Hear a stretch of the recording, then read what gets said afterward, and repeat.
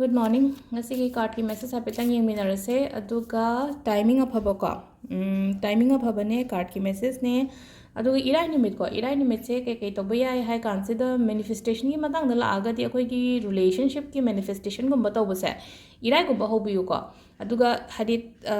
irai hoba ma leire aduga hari nungti adum amuk khatanga tawba ko adum leina ko hari nungti ki tawda bida manifestation ama khatanga adum relationship ki matang da ne kain khallaga tawboy ta agadi irai nimite hobiyu ko irai se ko hadi akoina planet ta haragadi Venus se hadi ama hadi kaino gi neba relationship ke kagi planet oibanina ko hadi Friday it's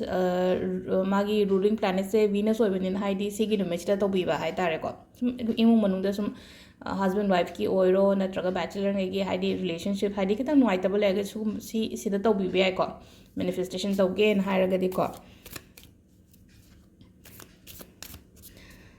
aduga amada good morning ayukta message paaba yam nungai ko haidi good morning aina hawbudi good morning dagi hawre adu mayamna so dum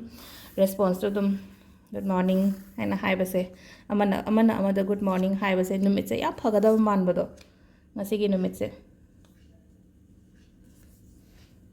to sida lere ko card ahum sigi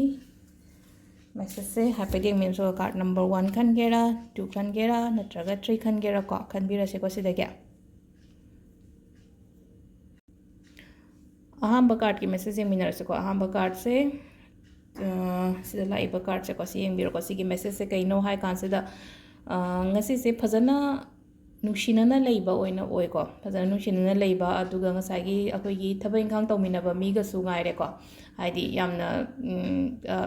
benefits leiba ko padumain su oine ko haidi mutual benefits kumba leiba partnership thabak tawba mi ngai aduga imung manungi oina hairaga su ko haidi phajana yamna nungaina lei ko duga number 2 ko number 2 kainoma ina khallise afana lakpa yai aduga hari tawge na khanba leira kainoma leira gadi tawbiyo ko ngasi aduga ahum subagi sinna ko ungaga leigano haidi sum nuaitaba kainom leigi boy tara ungaga leigano ungaga leibaduna hai tar aingonda ngasagi afaba lakpa matamda uba phangoi ko haidi aina wakhandu amarom da dum khallingai da aduduna haidi wakhan ngasagi ungaga lebase leidabida mit pangthokpiyo ado sida hadi luktharaga leise mise mit pangthokpiyo ado hadi nangi mamangda leiriba kaino mayam do hadi thabak mayam do tawna tawbiyo ko thabak oiro natraga hadi mina kaino ma AC housine si tawsine ka harakwa matam sida ko haubiyo ba hawi tawbiyo mina thabak ama pirak matam da tawse khotse na tawra ko hadi adu yamna su hadi kaino tawraga chinta tawraga leigano hai ko let go to hon ba haida seng harakanda ado sida leire ahamba card ki message ko timing afhabase ayuki pung 5 ga minute nipuni toy dagina pung 8 ga minute nipu humdoi phawa ma leire adugi matungda 13 ga minute 3 dagina 12 ga minute 13 phawa ma leire 3 ga minute 3 dagina 3 ga minute 15 phawa ma leire ko ungda wairam gi sina aduga nungdang gi na pung 8 ga minute nipu 3 dagina 8 ga minute 13 phawa ma leire ko aduga nungdang athengba gi na mu 13 ga minute 3 dagina pung 3 ga minute 3 phawa ko sisina ngasigi timing afhaba ko aduga ai kainomtang request tawjage ko sida aina video semba matamda phajana budi ai explain di tawbane aduda muk hadi personal message tharaga hadi personal message personal aina personal number pibase kaino khatangini ko only for personal reading khatangini ko ado comment dum ibiramo ko comment dum iba matam se da haidi ko aina halle handraga so ai gi viewer atopa yawba ngai haidi moi adum haidi khoi masen adum mateng pangna bane badum haidi somna gyan ta da matam da moina dum halakpa yawgani ko adu ngasai gi haidi whatsapp tam message la ko do ai response to bangam de ko da sengna haira kanda adu duna yaraga di ko haidi avoid to biyo haidi question hangba khatangi oi taraga di ko haidi question hangba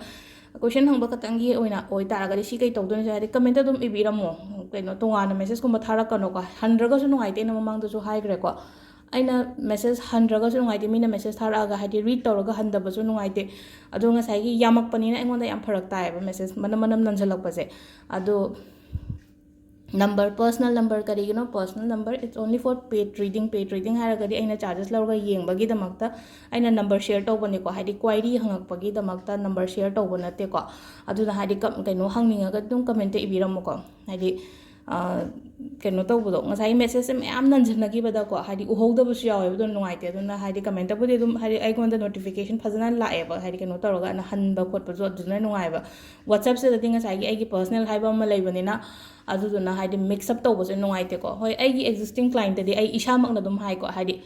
ꯌꯦꯡꯕ ꯂꯣꯏꯔ ꯃꯇꯨꯡꯗ ꯑꯩꯉꯣꯟꯗ ꯑꯃꯨꯛ ꯍꯪꯉꯛꯑꯣ ꯑꯗꯨꯗꯤ ꯑꯩꯅ ꯍꯥꯏꯕꯗꯨꯗꯤ ꯑꯇꯣꯞꯄ ꯃꯈꯜ ꯑꯃꯔꯣꯝꯗꯅꯦꯕ ꯉꯁꯥꯏ ꯑꯩꯅ ꯌꯦꯡꯕꯤꯒ ꯂꯣꯏꯕ ꯃꯤꯗꯨꯗꯤ ꯍꯥꯏꯗꯤ ꯑꯃꯨꯛꯀ ꯒ꯭ꯌꯥꯟ ꯇꯥꯍꯟꯅꯕ ꯃꯥꯒꯤ ꯀꯩꯅꯣꯗꯣ ꯗꯥꯎꯠꯇꯨ ꯀ꯭ꯂꯤꯌꯔ ꯑꯣꯏꯅꯕꯒꯤꯗꯃꯛ ꯑꯩ ꯏꯁꯥꯃꯛꯅ ꯍꯥꯏ ꯐꯣꯟ ꯇꯧꯔꯛꯎ ꯅꯠꯇ꯭ꯔꯒ ꯍꯥꯏꯗꯤ